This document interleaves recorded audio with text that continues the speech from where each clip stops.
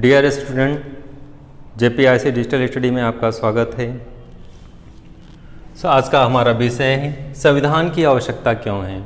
भारतीय संविधान की आवश्यकता, जैसे भारत में संविधान है या विश्व के किसी भी देश में संविधान है, तो संविधान की आवश्यकता क्यों है, इस बिंदु पे हम लोग ध्यान देंगे।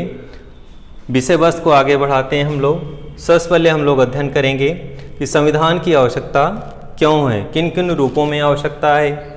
एग्जाम्पल के थ्रू समझाते हैं। जैसे भारत में विविधताओं वाला देश है, भारत में विभिन्न जातियों के, विभिन्न धर्मों के लोग रहते हैं। भारत जो है जातियों और व्यवसायों, क्षमताओं व अलग अलग लोगों की विविधताओं वाला देश है। देश की विविधता के होते हुए भी यहाँ पे कह सकते हैं बुनियादी नियमों की आवश्यकता पर बल दिया गया है। तो तात्पर्य क्या है कि भारत विविधताओं वाला देश है और इस विविधताओं वाले देश में शासन व्यवस्था को संचालित करने के लिए एक संविधान का होना आवश्यक है। ऐसा क्यों है? क्योंकि अगर देश में विभिन्न धर्मों और जातियों और व्यवसायों के लोग रहते हैं तो वहाँ पे उनको एकजुट करके वहाँ पे शासन कराना बहुत ही आवश्यक है। संविधान अगर नहीं होगा तो इतने विविधताओं वाले देश में शासन चलाना संभव नहीं है। कोई भी देश ले लें, अगर वहाँ पे विविधता है, वहाँ पे इस तरह की समस्या है, तो वहाँ पे अगर संविधान नहीं होगा तो शासन चलाना मुश्किल कार्य होगा। इसी क्रम में आगे हम लोग चढ़ते हैं। संविधान की आवश्यकता क्यों है, फर्स्ट बिंदु पे ध्यान देंगे। पहला बिंदु है संविधान तालमेल बढ़ाता है। तो यहाँ पे इसकी आवश्यकता, संविधान की आवश्यकता क्यों है? क्योंकि संविधान क्या करता है? तालमेल बढ़ाता है। अब किसके साथ तालमेल बढ़ाता है? एक देश है, देश में एक सरकार है, क्या करती है? इस पर शासन कर रही है। किसी देश में सरकार वहाँ पे क्या कर रही है? शासन कर रही है। अगर यहाँ पे विभिन्न जातियों के लोग होंगे, विविध धर्मों के लोग होंगे, विविध व्यवसायों के लोग होंगे और विविध क्षमताओं के लोग होंगे, तो इस तरह से अगर विविधता भरी होगी तो ऐसी स्थिति में अगर सरकार शासन संचालित करेगी तो उनके साथ तालमेल अगर नहीं होगा तो वहाँ पे अनेक समस्याएं उत्पन्न हो जाएंगी। बहुत सारे देश में, जैसे श्रीलंका का उदाहरण देते हैं, वहाँ पे तमिल भाषी लोग हैं, कह सकते हैं बुद्ध तमिल हैं, बुद्ध लोग हैं, तो इस तरह से वहाँ पे क्या है, समस्या है। अफ्रीका में भी वही, जैसे गोरे काले की समस्या है। तो कोई भी देश हो, अगर विविधताओं वाला देश वहाँ पे है और सरकार को वहाँ पे शासन संचालित करना है तो वहाँ पे संविधान का होना आवश्यक है। क्योंकि संविधान क्या है?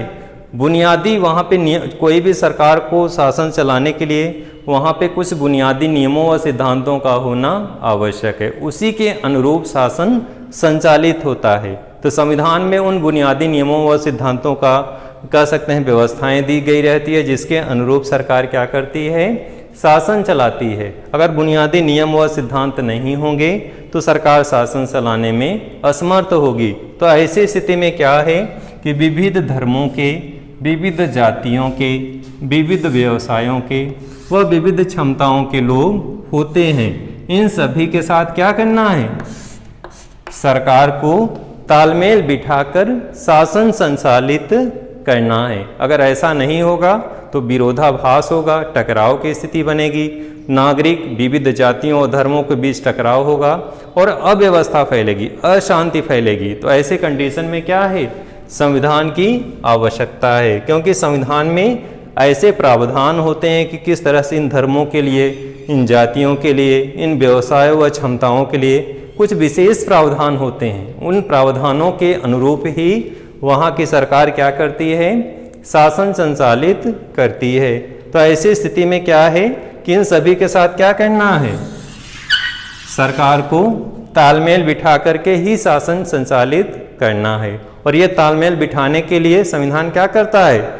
इन सभी विविधताओं के लिए संविधान में विशेष प्रावधान प्रदान किए जाते हैं कि ये नियम हैं, ये प्रावधान हैं इन जातियों के लिए, इन धर्मों के लिए, ऐसे वर्गों के लिए। इसी के अनुरूप सरकार क्या करेगी? शासन संचालित करेगी। तो इस तरह से कह सकते हैं कि संविधान जो है क्या करता है? तालमेल बढ़ाता है। स्पष्ट हो गया इस हेडिंग में। आगे हम लोग चलते हैं, दूसरी हेडिंग है। दूसरे हेडिंग के अंतर्गत सरकार, संविधान में क्या व्यवस्थाएं दी गई हैं? जैसे निर्णय लेने की शक्ति स्पष्ट करता है। यहाँ पे संविधान की आवश्यकता क्यों है, दूसरी हेडिंग आपकी क्या है, निर्णय लेने की शक्ति स्पष्ट करता है। तो निर्णय लेने की शक्ति स्पष्ट करता है, यहाँ पे क्या तात्पर्य है, जैसे सरकार के 3 अंग हैं, व्यवस्थापिका, कार्यपालिका और न्यायपालिका। बोर्ड में समझेंगे हम लोग। जैसे व्यवस्थापिका है, अब व्यवस्थापिका किसे कहेंगे, व्यवस्थापिका में 3 अंग हैं, व्यवस्थापिका में 3 अंग हैं, लोकसभा, राज्यसभा और राष्ट्रपति। लोकसभा, राज्यसभा और राष्ट्रपति, तीनों को संयुक्त रूप से क्या कहा जाता है, व्यवस्थापिका। डियर स्टूडेंट, इसको ध्यान देंगे। यहाँ पे कभी कभी केंद्रीय विधायिका पूछता है, केंद्रीय व्यवस्थापिका पूछता है या संसद पूछता है। 3 नाम है, चाहे जैसे पूछे बारी बारी से, तीनों का मतलब एक ही है, चाहे हम उसे संसद कहें, चाहे केंद्रीय व्यवस्थापिका कहें, चाहे केंद्रीय विधायिका कहें। तो यहाँ पे व्यवस्थापिका है, तो वही चीज़ है। व्यवस्थापिका मीन्स राष्ट्रपति, लोकसभा, राज्यसभा, तीनों को मिला करके चाहे संसद बोलें या फिर व्यवस्थापिका बोलें। तो यहाँ पे सरकार के 3 अंग हैं, व्यवस्थापिका, कार्यपालिका और न्यायपालिका। तीनों की अपनी अपनी क्या है, सीमाएं हैं। तीनों अपने अपने हिसाब से कार्य करेंगे, एक दूसरे में इंटरफेयर नहीं करेंगे। सबकी अपनी अपनी सीमाएं निर्धारित की गई हैं और अपने अपने अनुसार क्या करेंगे, कार्य करेंगे। व्यवस्थापिका में जो है संसद है, कार्यपालिका मीन्स होता है प्रधानमंत्री और उसका मंत्रिपरिषद। यहाँ पे कार्यपालिका है, कार्यपालिका का मतलब होता है प्रधानमंत्री और उसका मंत्रिपरिषद। और न्यायपालिका मतलब न्यायालय, उच्चतम न्यायालय और उच्च न्यायालय। तो इस तरह से तीनों जो बॉडी हैं, व्यवस्थापिका, कार्यपालिका और न्यायपालिका, तीनों जो है किस तरह से कार्य करेंगे। तो कहने का तात्पर्य यहाँ पे क्या है कि ये जो है सरकार की शक्तियों की क्या करते हैं, निर्णय लेने की शक्ति को स्पष्ट करते हैं। यानी व्यवस्थापिका का क्या निर्णय लेना है, कार्यपालिका यानी केंद्रीय मंत्रिपरिषद और प्रधानमंत्री को क्या निर्णय लेना है, न्यायपालिका को क्या निर्णय लेना है, ये निर्णय लेने में क्या है, शक्ति को स्पष्ट करता है कि आप अपने निर्णय लेने को कैसे निर्णय लेंगे, किस तरह से आपकी क्या सीमाएं हैं, क्या व्यवस्थाएं दी गई हैं, उस हिसाब से निर्णय लेने की शक्ति को स्पष्ट करता है संविधान। अगर संविधान नहीं होगा तो व्यवस्थापिका किस रूप में निर्णय लेगा, उसकी क्या सीमाएं होंगी, समस्या उत्पन्न हो जाएगी। न्यायपालिका निर्णय दे किस तरह रूप में या न दे, कैसे निर्णय दे, ये समस्या उत्पन्न होगी। तो ऐसी स्थिति में क्या करता है, यहाँ पे संविधान स्पष्ट कर देता है कि आपकी ये शक्तियां हैं, व्यवस्थापिका की, कार्यपालिका की ये शक्ति है, न्यायपालिका की ये शक्ति, इसको ये निर्णय लेना है। तीनों को निर्णय लेने की ये प्रकार कह सकते हैं स्वतंत्रताएं प्रदान की गई हैं, किसके द्वारा, संविधान के द्वारा। तो इस तरह संविधान की यहाँ पे क्या है, आवश्यकता है। आगे बिंदु पे हम लोग चलते हैं। तीसरा बिंदु है सरकार की शक्तियों की सीमाएं।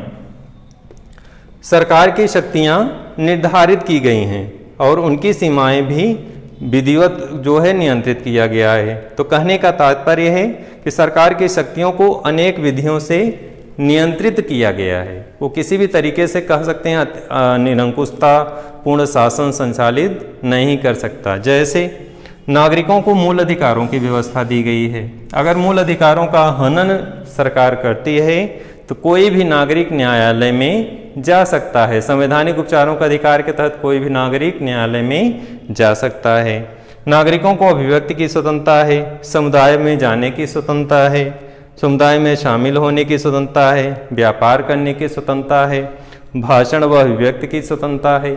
ये सभी व्यवस्थाएं दी गई हैं, सरकार यहाँ पे इंटरफेयर नहीं कर सकता। तो इस तरह से यहाँ पे क्या निकल के आया कि सरकार की शक्तियों की सीमाएं निर्धारित की गई हैं, किसके द्वारा, संविधान के द्वारा। अगर संविधान नहीं होगा तो ये सीमाएं निर्धारित नहीं की जा सकती, सरकार की शक्तियों को नियंत्रित नहीं किया जाएगा और ऐसी स्थिति में नागरिकों के अधिकारों की सुरक्षा नहीं हो पाएगी, सरकार फिर निरंकुश हो जाएगी। तो इस तरह से यहाँ पे भी संविधान की आवश्यकता है। अगला है समाज की आकांक्षाएं व लक्ष्य। संविधान की अपनी कह सकते हैं कोई भी समाज है उसकी अपनी आकांक्षाएं होती हैं, उसका अपना लक्ष्य होता है, उसके अनुरूप वहाँ पे शासन संचालित होता है। बहुत सारी समस्याएं हैं, जैसे श्रीलंका को ले लें, तमिल भाषी लोग हैं, बौद्ध भाषी लोग हैं, विविधताएं होने के कारण वहाँ पे हमेशा टकराव की स्थिति बनी रहती है। यही समस्या दक्षिण अफ्रीका में है, गोरे और कालों के संदर्भ में। तो वहाँ पे अगर इस तरह से व्यवस्था दी गई है कि संविधान के माध्यम से कि वहाँ की आकांक्षाओं के अनुरूप ही सरकार शासन संचालित करे, तो वहाँ पे भी संविधान की आवश्यकता है। अगर संविधान नहीं होगा तो सरकार क्या करेगी? एक पक्ष का ध्यान देगी, एक पक्ष का ध्यान नहीं देगी, और ऐसी स्थिति में वहाँ पे समस्या उत्पन्न हो जाएगी। तो संविधान के माध्यम से क्या किया जाता है? समाज की आकांक्षाओं व लक्ष्यों को ध्यान में रख करके शासन संचालित होता है। और ये लक्ष्य जो दिया जाता है, ये आकांक्षाएं किस रूप में होती हैं? जो वहाँ के विशेष प्रावधान होता है संविधान के माध्यम से, इन जातियों के लिए, इन धर्मों के लिए विशेष प्रावधान रहेगा, कोई दिक्कत नहीं होने पाएगी। तो ऐसी स्थिति में यहाँ पे संविधान की आवश्यकता इस रूप में है कि वहाँ के जैसे मान लीजिए दक्षिण अफ्रीका है, दक्षिण अफ्रीका में रंग भेद की समस्या है। अगर संविधान में लिखित रूप में ये प्रावधान नहीं होगा, भेदभाव की स्थिति बनी रहेगी सरकार के द्वारा या वहाँ के व्यवस्थाओं के द्वारा, तो ऐसी स्थिति में यहाँ पे संविधान की आवश्यकता है, जिससे किसी भी तरीके का कोई व्यवधान उत्पन्न न होने पाए। इसी क्रम में आगे बढ़ते हैं हम लोग। नागरिकों की बुनियादी पहचान, यहाँ पे इसका क्या तात्पर्य है? प्रत्येक देश का संविधान जो है न केवल देश की पहचान होती है, अपितु वहाँ के नागरिकों की भी पहचान होती है। तो भारतीय संविधान को ले लें एग्जाम्पल, जैसे भारत में एकल नागरिकता है, पूरे देश में इकहरी नागरिकता है। ये नहीं कि राज्य की अलग नागरिकता और देश की अलग नागरिकता, भारत में एकल नागरिकता है। तो यहाँ पे जो नागरिकता प्रदान की गई है भारत में, धर्म, रंग, जाति, व्यवसाय के आधार पे किसी के साथ कोई भेदभाव नहीं किया जाएगा। नागरिकों की एक पहचान है राष्ट्रीय लेवल पे, राष्ट्रीयता स्तर पे। तो इस तरह से कह सकते हैं कि नागरिकों की बुनियादी पहचान है, और यह पहचान कौन दिलाता है? संविधान के माध्यम से प्राप्त होता है। तो यहाँ पे स्पष्ट रूप गया संविधान की आवश्यकता क्यों है। तो संविधान की आवश्यकता ये जो 4-5 बिंदु बताए गए हैं। फर्स्ट, स्टार्टिंग जैसे विविधताएं वाला देश है, धर्म के आधार पे, जात के आधार पे, व्यवसाय के आधार पे, क्षमताओं के आधार पे, इन सभी के साथ क्या करना है? तालमेल बढ़ाना है, निर्णय लेने की शक्ति प्रदान करना है सरकार को, या सरकार की बॉडी के, या सरकार के अंगों को। आगे इसी क्रम में सरकार की शक्तियों की सीमाएं निर्धारित की गई हैं, इसलिए आवश्यकता है संविधान की। समाज की आकांक्षाएं व लक्ष्य संविधान के माध्यम से ही संभव है, और नागरिकों की बुनियादी जो पहचान है ये भी संविधान के माध्यम से ही संभव है। तो विविध ये सारे जो बिंदु आपके सामने दिखाए गए हैं, इनसे अध्ययन से क्या स्पष्ट निष्कर्ष निकलता है? इन सभी के कारण जो है, या इन सभी के अनुरूप संविधान की आवश्यकता है। अगर संविधान नहीं होगा तो इन सभी जो बिंदु स्टेप जितने बताए गए हैं, इन सब स्टेप में, इन सब बिंदुओं में क्या होगी? समस्याएं उत्पन्न होंगी। इसलिए संविधान की क्या है? आवश्यकता है। डियर स्टूडेंट, अपने विषय वस्तु को यहीं समाप्त करते हैं। फिर से अगले वीडियो में हम लोग मिलते हैं। धन्यवाद।